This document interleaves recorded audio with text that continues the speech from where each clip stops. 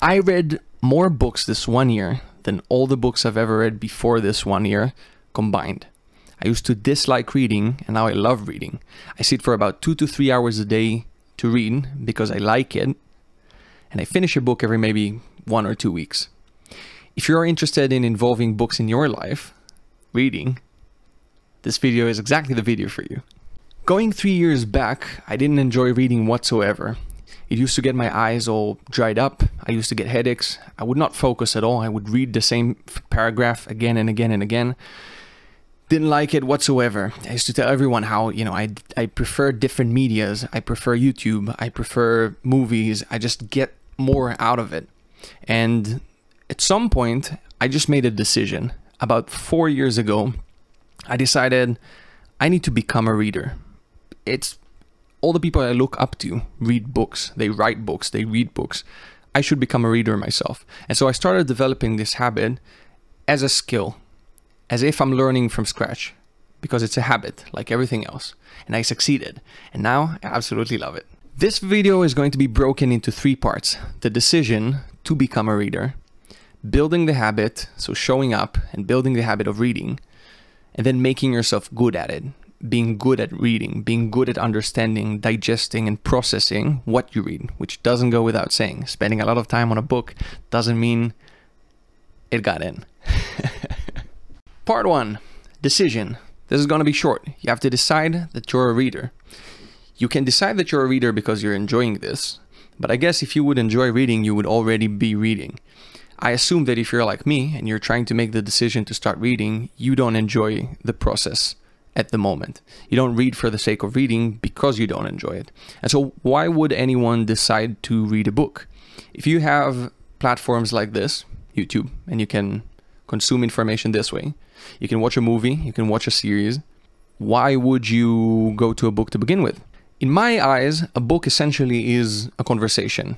It's a conversation you're having with a person that you don't meet, with a smart person, I hope, with a person that has something to say, someone who condensed them, right? They condensed their essence, whether that's professionally or emotionally, into, maybe a story that relates to something they've been through. A book is a person. And essentially, when you're reading a book, you're having a conversation, both with yourself, with your thoughts, with how it provokes you, and with the other person. How does it differ from a movie? Well, first of all, you stop wherever you want to stop. If I'm reading something that provokes me in one way or another, immediately I can interact with it. There's no other distractions. Nothing keeps going. There's no next sentence, next scene. If I read something and something triggers, I stop and I digest it. And that's something that's very unique to books. Now that happens in conversations too. You can stop in a conversation, think about something, ask some questions, but I think it's very unique for these 2 formats, for conversations and for reading books. So that's a big one. Essentially, what I would say is reading a book is the best way I know to learn about yourself. It's having a conversation with someone about a very specific topic, most times, that is very well put, well articulated, usually years of work. And you can sit down with it, be focused, and digest it however fits you. It meets you wherever you are. Wonderful. So I highly recommend reading books. If you're still not convinced, you can stop the video now. If you do want to make this decision and start reading books, tell it to yourself now. You made a decision. And now we move to number 2. Number 2. Here's how you learn anything or build any habit in my book. First, you have to show up. That's not that easy. Showing up could be very difficult, but the number 1 priority is showing up. Number 2, you have to be curious once you show up. So once you're there, you can't be scared. You can't be too comfortable. You have to be curious. That means you're comfortable enough to explore and not scared to get lost within it, right? So we show up and we stay curious. How do we do that when it comes to reading? 4 years ago, when I started building my habit, the first thing I did is connect my reading habit that I wanted to create with something else I have that I absolutely love, something else I don't want to lose. That was my morning coffee.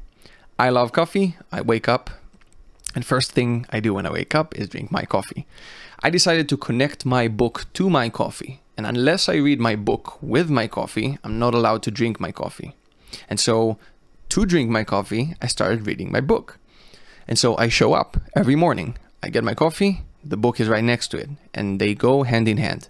So that's the first thing you do. You connect your reading habit to something else you love. You pick something. For me, it was my morning coffee. I recommend it because it worked well.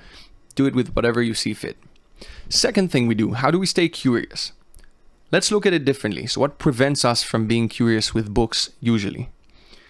Usually, we think we need to read the book from start to finish.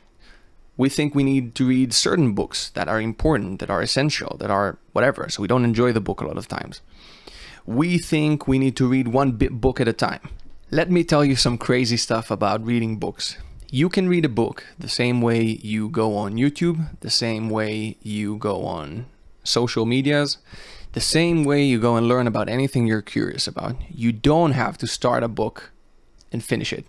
You don't have to read every word in every book. If shit is boring, skip it. You don't have to read one book at a time. With things like fiction, it might be a bit more troublesome, and you should read maybe one book at a time. But when it comes to everything else, non-fiction, read as many as you want. If your decision is reading books to improve yourself, to have a conversation, why persist and read one book, start to finish, every word in the book, if it means you get bored, if it means you read things you're not curious about? You have to stay curious, and so whatever you read should be almost as a question to the book. You should come seeking an answer. This is not you consuming information. This is not you listening to a lecture or someone preaching to you. This is you having a question, having something you want to see within yourself, going to a book to find it. If you make sure that this is what you do, and you go to the places you enjoy, the places that are comfortable, where you understand what you read and it's not too difficult, you will stay curious. And that's essential. If you go through a book you don't like, you're not going to show up and you're not going to be curious. You're not going to read that book. So first thing you need to do is this. You show up every morning or every whatever, choose the time you want to read your book. Connect it to a habit you have that you love. Start with 5 minutes. So connect it to your morning coffee, connect it to your workout, connect it to before your shower. Doesn't matter. 5 minutes, you're reading. And you only read what you enjoy. Enjoy doesn't mean necessarily it's super fun, but what you're curious about. You have a question. You have something you want answered. You go to a book to find that answer. And if what you're reading is boring, if what you're reading is too difficult, if you got your answer and you want to move on to the next one, you put the book down and you go look for a different book. If you stick to this, one book is going to be interesting. One book is going to be fun, and your 5 minutes are going to turn into 10 minutes. And you'll see that you don't have enough time, and so you'll wake up earlier. So you have 30 minutes before your coffee, so you can read your book that you're enjoying the way you're enjoying. This was my beginning, and I promise you that if you start with it and you stay true to yourself, you read what you like and you put down shit you don't like, you'll find what you like to read and you'll become a reader. Number 3, assuming you've been through some weeks now and you connected reading to a habit you like, and you read stuff that you like, and you don't read things that you don't like, don't read and don't finish things that you don't like. This is important. This is really important. If you do all of this, now it's time to get better at reading. So getting better at reading for most people would seem like it's, oh, let's read faster. Let's read more books. Let's have more books finished. No. No, that's not it. If this is a conversation and if you're coming with a question you want answered from the book, from the person behind the book, you need to become 2 things. You need to become good at asking questions and good at conversing, good at saying what you have on your mind, right? And you have to be good at listening. That's the biggest one. You have to listen to the book. And that is very difficult. So how do you listen to a book? So the first thing we do to listen to the book is we need to focus. We need to hear what the book has to say. If I'm reading a book and nothing, if I read the words but nothing comes in, that's a waste of my time, right? We're not having a conversation. We can't listen, and so we can't answer. We can't think, right? We need to listen. We need to be focused. How do we focus on a book? So first thing we can do to focus better is condition ourselves, create triggers.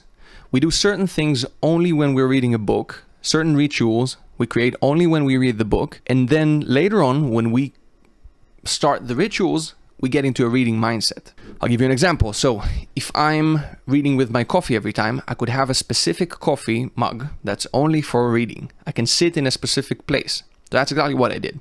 I had my reading sofa. When I was on the reading sofa, I would have my reading mug with my coffee. I would have my reading light next to it. So I would turn the light on only when I was reading, nothing else. If I stop reading, I turn the light off. If I read, I turn the light on. This sounds crazy, but any extra ritual you can add is going to lock you into this reading mindset and keep you focused.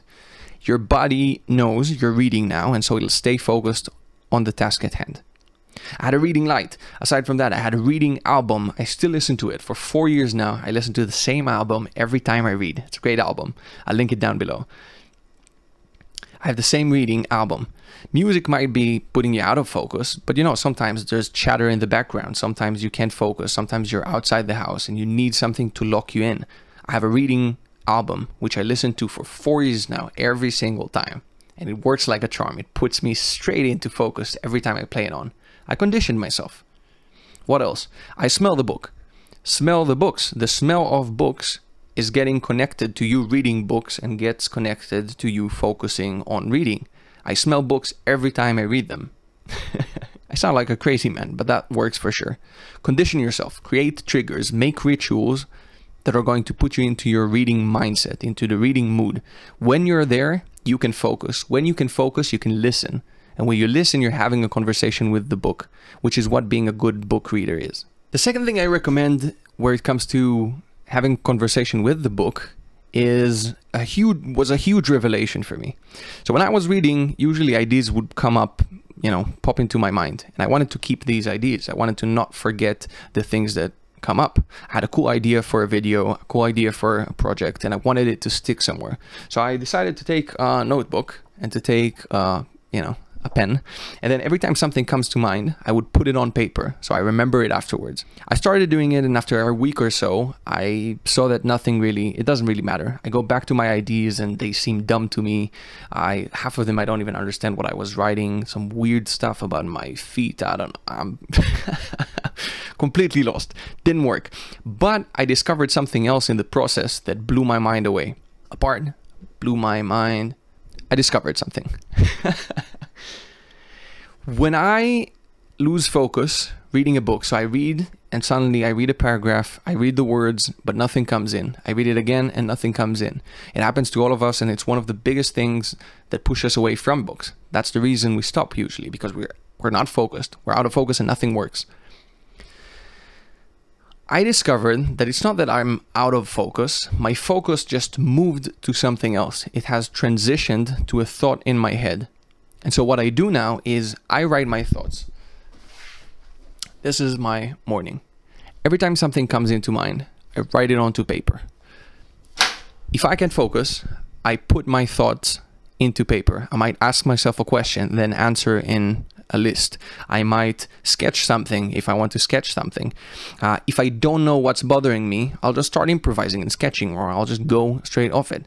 When I go to the book back after this itch is gone, once the thought that has been provoking me has been listened to, it can set me free. And suddenly I go back to the book and I focus again. So right now, every time I read, I have a paper and a Sharpie or a pen next to me, and every time I lose focus, I put it into paper, and it works like a charm. I've never been more focused. It's so enjoyable. I get to the biggest conclusions I've ever gotten to. I read books. It's life-changing. I can cry reading a self-help book now. I can start digging into a thought that started and get into the point where I feel like I'm doing therapy for myself.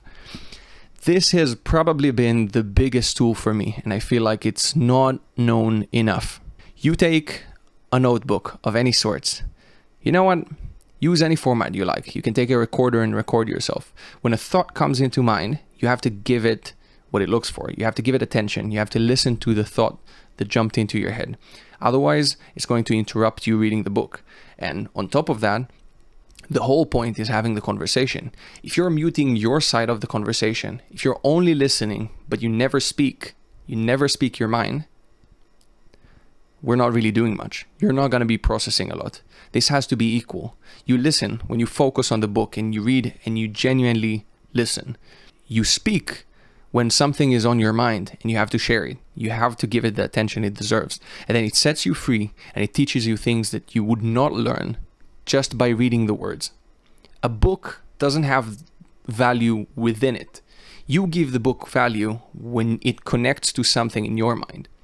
The words themselves don't mean much. I could read a book and understand one thing, and you can read a book and understand a different thing. Both could be meaningful. But it's not necessarily the words in the book, but how we converse with them. So a couple of things I'm testing right now. First of all, I started inscribing my own books.